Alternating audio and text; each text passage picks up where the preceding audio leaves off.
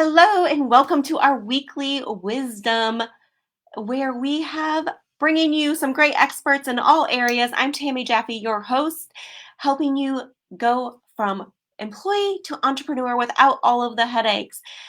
I am your breakout growth expert, and we are here with you every Tuesday, Thursday, most Tuesdays and Thursdays. We've had a few that we've missed with some great guests, and we're glad that you have joined us this week. We apologize. We are late because we have been having technical issues. Have you ever had one of those days where everything just seems to be going wrong? We've literally tried like 3 applications and we're like 26 minutes late, and we're like, well, you know what? This is just how the day is going. So, but I am excited to have a very special guest with me today, Lil Barcaski, who is a ghostwriter, and she is helping lots of entrepreneurs get their books out, get seen, get their message out so that they can be successful in showing what they do. So, Lil, tell us a little bit about how you got into this business. I'm sorry. I always say I backed into it. If you don't mind the expression, ass backwards. Um, so when I was a kid, I wanted to write. I wrote a lot, and my father told me don't quit your day job. So I didn't think I was any good at it. He was a published author.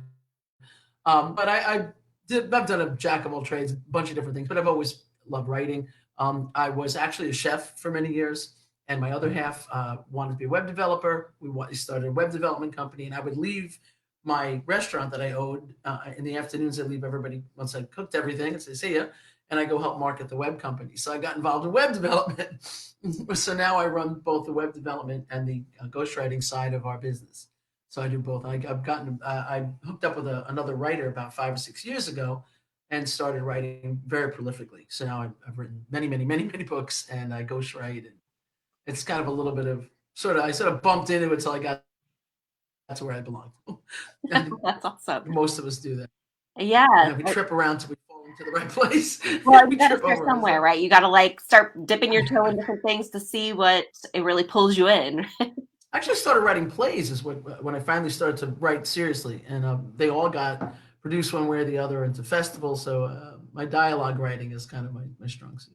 That's awesome. So, what type of books do you really like to write? Oh boy, that's a no one. Congratulations. No one's ever asked me that question. The kind where they write a check. That's a Somebody asked me the other day if I mind and not having my name on books that I've written because I've written ghostwritten, and I Hmm. say I cry all the way to the bank as I put the money in the bank. I didn't think I was going to like to write fiction, but I got tasked to write some young adult fiction, and that led me to writing a very serious adult fiction book about a serial killer, which is coming out this next month. And I like writing fiction, but I love writing the YA stuff, and we're hoping to make a series of that. It did really well the first one. So the Rose Diary, and then the second book was the final chapters of the Rose Diary, but it's really not. There's going to be more of them. So Awesome. So, I know you were YA sharing a kind of little bit fun. about Young adults fun to write. It's pretty cool stuff. it's very cool. It's fun to be able to like dip your, hands in different things too as a writer too. I'm sure it like helps you grow and helps you expand in your writing styles.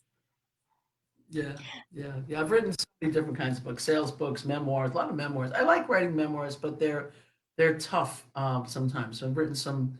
Most people writing a memoir are telling a story that is difficult for them to tell. I have a woman working with right now whose sister was raped and murdered at 13. She was 15 at the time, and she was finally getting through it all. And 32 years later, they discovered the killer through DNA, Wow. and it brought the whole thing back up again. And she's been on Dateline and all kinds of thing. So we're writing that story of how it affected her life and now coming back into this, being yanked back into it. So it's tough to think about. Yeah, I'm sure. I mean, it's tough to think about, and also like being able to kind of pull the pieces you need out of that person in order to Yeah. tell the story the way it needs to be told. I ask hard questions and she appreciates that she's Yeah. dragging stuff out of me nobody else thought to drag out. So, but it's not fun. And I've written some really weird memoirs of people who've had some really rough lives.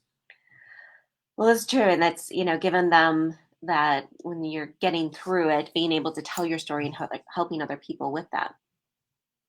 Yeah, it's an honor to do that. It really, Yeah. really genuinely is.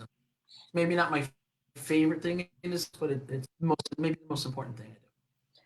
Well, how do you take someone's story and turn it into a book that people are going to be intrigued by? Because not everybody can tell their story in an intriguing way.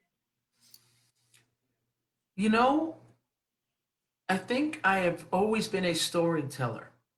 And the truth is that every single one of us has a story. Hmm. And the question is whether or not your story is compelling. Maybe not everyone's story is seriously compelling. There are people who, everyone's had trauma.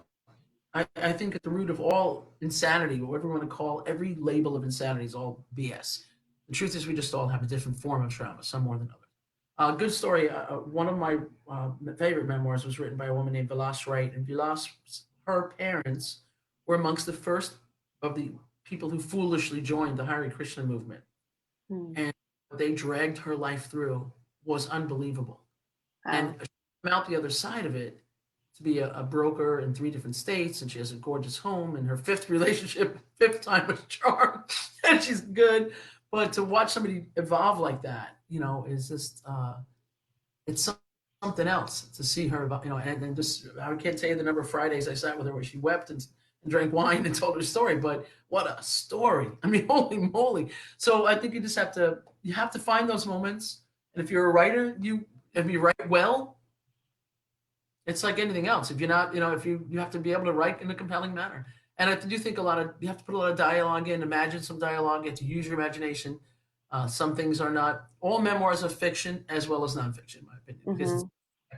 so, and all fiction is fiction. So, the serial killer book was based on a true story, and I completely made up the rest of it. All we knew was that this guy actually was a murderer. He really did come into this town, and that's coming out next month. It's called Warm Bodies, Morgan City 78, because it actually happened in Morgan City, Louisiana in 1978. That a serial killer rolled into town and raped and murdered a bunch of kids, Wow. teenagers. But that's all we know. We build the rest of it, we made up. So if you're a writer, even with memoirs, you sort of have to take some liberty and you have to write compelling in a compelling manner and put some dialogue in there and get some movement. It can't just be a Yeah, bunch of, you know, you got to absolutely. I feel think, the people talking. You got to see it like a movie. I like to see it like a movie. Everything, even sales books. I'm a very big movie buff. I've been a movie buff since I'm a little kid, so I always try to write in a very visual manner. If that makes any sense. I love that. To be able to see everything like a movie and as a story and how Yeah, you're telling it. And, yeah, it's so true when, like, I was writing my book, like having that beginning and the end kind of, like, how do you want to leave them?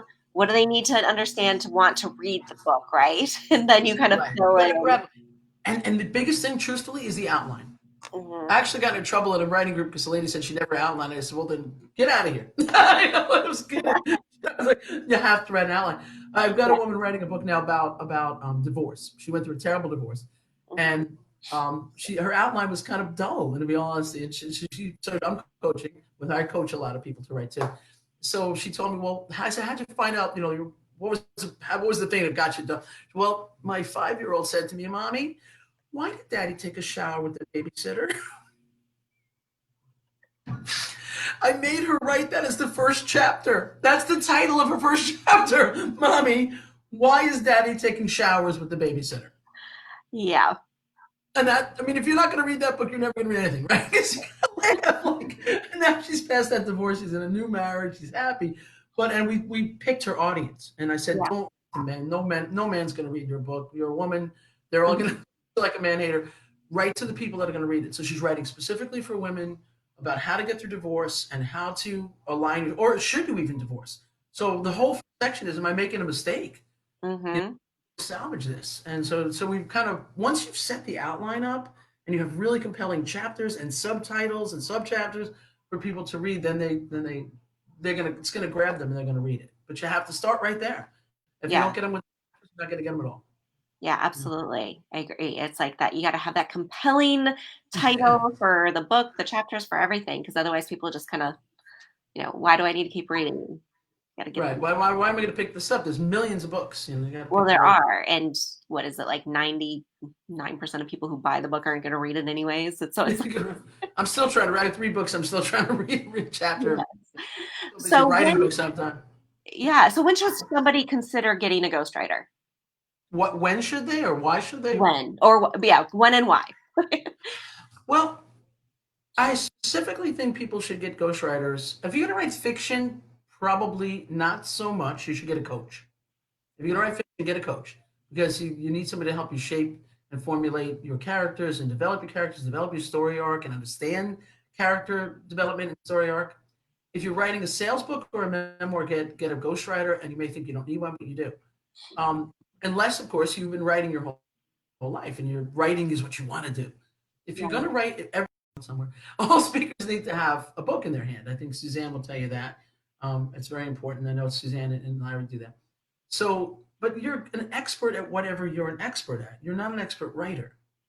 You didn't hire an expert writer because you want them to read the book, not just give it away and when they walk away from your speech go, well, that was a good speech, but the book's kind of boring. Or if you get a ghostwriter to help you, they might need to write the book for you. But what they'll do, Yeah. what we do in the process, we help you outline the book, and then we look at each chapter and we assign you to go think about that chapter. And we come back and we work with you chapter by chapter. You talk, you speak it out, you rough it out with us. We take notes, and then we send you back a chapter to look at. You make some notes, and then boom, you have a chapter. And Yeah. in 12 weeks, you have a book that's compelling because someone who knows how to write writes the book. But basically, you're giving it's you. It's you're telling us the story of your sales experience or your I'm the best mortgage rep in the whole world. Memoirs, same thing. Memoirs are difficult, and you need someone who's going to ask you the right questions so that Hmm. you can get those answers out of you. Yeah. And you're afraid to answer. I can tell you right now, if you're writing a memoir that's print, chances are good you're not going to say everything without someone pulling it out of you because a lot of things are difficult to say. And Sure. it's harder for you to write that than an external person to write about how, somebody raped you or something bad happened to you or, it's tough. The stuff that I write in memoirs are, geez, Louise, what people are going through is so hard. And I think it's easier for them. I'm like a priest. They tell me this stuff like, this is what happened, and we get it out of you somehow. It works. It's really cool. Yes. Well, and I think that's so critical is getting it out of you and understanding where you're coming from, being able to put it in that intriguing place. So, what are some of the ways that you can market the book once it's out? Okay, so our company, I'm the vice president of Longbar Creative Solutions, and my job is to work with the book part of the company and also to do our website stuff. So one of the things we do is of course, we build your website, web presence, social media. We help you sort of get that social media thing out. We have a whole department that does video editing and Zooms and stuff like this. So we recommend that you do very short, clips. Book coming out right now is called Accelerate. Mhm. That's with NFL football player I wrote that with, and it's a playbook for young dreamers, scholars, artists, and athletes.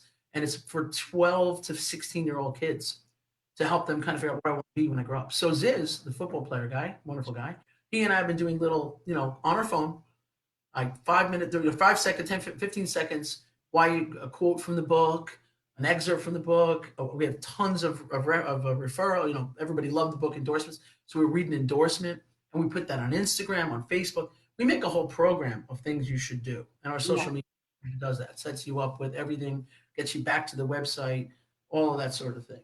So it's a little bit of that. And then, of course, speaking engagements, if they want to talk, if they want to do book signings, we figure out where within a range they want to drive to or fly to, whatever they're willing to do, and we help them set up book any kind of book signing or any kind of engagement that we can help them with. Yeah, and that's the most important part, right? You've got to, you've got to write the book, and mine just came out, just published my book. You already made the decision, you're just not happy with it. So it's a guide on how to make better decisions or live with the ones you've made. And so now it's like, those sound bites and getting things out there because that's the most part. You can't just write a book and then sit on it. And I No, know people who have done that. They've written their books and they're like in the closet somewhere, like never to be read traditional again. publishing traditional publishing is dead, and they expect you to market it anyway. It Yeah. takes every of your money, and then they want you to do the work anyway. It's Yes. pointless. Really is difficult. You're going to wind up going, but yeah, you got to get out there. And if you're like with your book, I imagine, and a lot of people, that's you walk onto a stage with that book in your hand, it's legitimizes you a great deal. We had one guy, Yeah. mortgage rep, and he used to put his book behind him on the shelf when people would come in. And they Yep. say, "You Absolutely. in that book? Oh, that. Oh, yeah, that's me." It impressed his clients. He would give it away, but it was impressive to say he was on a book. But it depends on what your goal is with your book. What do you want to do with it? And we try to work that out with you. We try before you start to write a book with me, I want to know what you're doing with it before I even waste Mhm. your time. I want to make sure you're not wasting money on me because I'll go to the next client who's not wasting their money. That's Yeah, important. absolutely. Money's not everything. It's got to be a good reason to write a book. So, Excellent. Well, if someone is thinking about writing a book or even getting a ghostwriter to help them write a book, what are some ways they can get in contact for you with you? And do you have anything you want to leave them with today? sure, absolutely. We always offer a 45-minute consultation. If you're thinking about writing a book, if you've got an outline you're working on, we'll read your outline. We'll look at it for you. It's free. Any of your guests want to take me up on that, or if they just want to discuss the concept of their book, like what is it they think they want to write, we'll be happy to meet with them for 45 minutes. It's completely free consultation, and kind of go over their ideas, what they think they want to do, what hybrid publishing is, because we do that as well, which is a one-time fee. We help them get through all the. If they got a book and they need to finish it up, we can help them with that too. Like, what do I need to do? We have a guy as a coach who just wrote a book. All we're doing is editing and publishing. We do that a lot. He wrote a book. It's terrific. So if you have a book that you're in that shape with and you wonder, how do I market it? What do I do? Whatever it is you want to do, whatever stage you're in the process, I've never written it all or I've got it almost done. 45 minutes, we'll talk to you about what your next steps are. And you can reach me at Lil, Lil, at Long Bar Creatives. That's the word creative with an S at the end, .com. So we're longbarcreatives.com, Longbar Creative Solutions. And yeah, we're happy to talk to you. We're happy to go over anything you want to talk about. Awesome. Great. We'll post that in the comments. I'll have you post that there so everyone has the link as well. Okay. And you guys can go there and get your free consults. And if you've been thinking about writing a book, if you've been wondering what you do next to write a book, take the step and just have the conversation because you never know where it'll go from there. And maybe by this time next year, you'll have a book in your hand like I have now, which I was telling Bill earlier.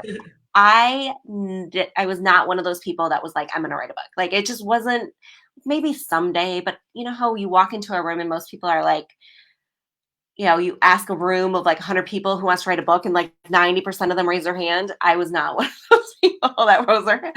I was just like, it just wasn't one of my priorities up until this year where it just hit me. And when it finally hit me and, I worked with my coaches, Suzanne Evans, who you had mentioned earlier, and Larry Wingett, they're both New York Times bestselling authors. They're both amazing speakers. Larry's one of the top 50 speakers in the world. And, um, when he tells you you need to write a book, you go write a book. And I love, Larry, he did read our books and gave us comments. And, my the comment I got back from him was, I really enjoyed reading it. It was a great read. Loved like the stories along the way. And for him to actually come back and say he enjoyed it was just like my, hanging that hat up of, okay, if I can get Larry to enjoy something, I've done something right. But if you are interested in getting my book, I will put that link in the comments as well. And it is your guide on how to make better decisions or live with the ones you've made. Because if you want to make a lasting change, you have got to find the right tools to be able to do that. So all of that is in the book. And thank you all for joining me. Thank you, Lil, for being here. It was so great to have you on the show. And I will see you guys all next time. Thanks for having me.